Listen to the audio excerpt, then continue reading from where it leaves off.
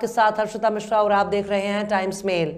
इस वक्त अमेरिका से खबर आई है कि कुरान पढ़ने के बाद ईसाई पादरी ने एक अल्लाह, आखिरी पैगंबर और एक किताब पर अपना ईमान लाकर सबको चौंका दिया है।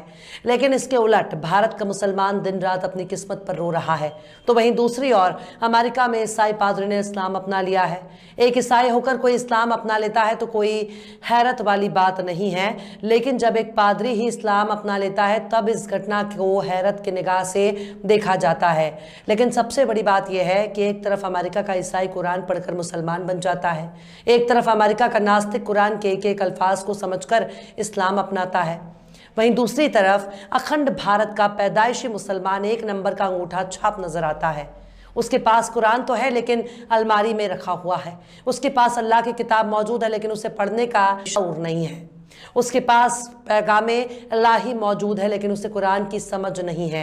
उसके पास सब कुछ है पर उसे समझ में नहीं आता कि इमाम साहब ने जुमे की नमाज में अरबी में जो खुतबा बयान किया, आखिर उस खुतबे में इमाम साहब ने क्या कहा है, क्योंकि अरबी ना तो अखंड भारत के मुसलमानों की ज़बान है और ना ही उसे समझ में आता है। खुद इमाम साहब भी लफ्ज़ बालफ्ज़ कुरान को अपनी ज़बान पे बयान नहीं कर सकते हैं। उसके लिए उनको अरबी सीखना होगा, क्योंकि इमाम साहब भी उर्दू बोलते हैं, बंगाली बोलते हैं, तमिल, तेलुगु, कन्नड़, मलयाली, पंजाबी बोलते हैं पर अरबी नहीं बोलते। रट्टा मारकर कुरान रट लेने से भले ही कोई हाफिज बन जाए लेकिन कुरान का इल्म उनसे कोसों दूर है।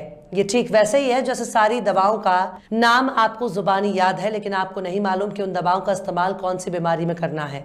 इसी तरह से अखंड भारत यानी हिंदुस्तान, पाकिस्तान और बांग्लादेश के मुसलमानों को तब तक कुरान का इल्म नहीं होगा जब तक उनको अरबी का इल्म ना हो जाए। लेकिन अमेरिका वाले आखिर कुरान को कैसे पढ़ते हैं? अमेरिका वाले आखिर कुरान को कैसे समझते हैं? अमेरिका वाले आखिर कुरान के रास्ते पर कैसे चलते हैं? उनकी केवल एक ही वजह है और वो है कुरान का ट्रांसलेशन। कुरान को अरबी से अंग्रेजी में ट्रांसलेशन के जरिए समझकर सारे अंग्रेज कुरान को अपनी जबान में समझ लेते हैं। यहाँ वाले तो पूरी जिंदगी अपनी जिहालत की वजह से जूते चप्पल खाता रहता है। इनके पैगंबर ने इकरा यानी पढ़ने का हुक्म दिया, इन लोगों ने मज़ारों की चादरें चूमनी शुरू कर दी। इन लोगों को पैगंबर ने बुत परस्ती और शिर्क से दूर रहने का सबक दिया तो इन लोगों ने मज़ारों पर सिर पटकना शुरू कर दिया। इन लोगों को पैगंबर ने कुरान को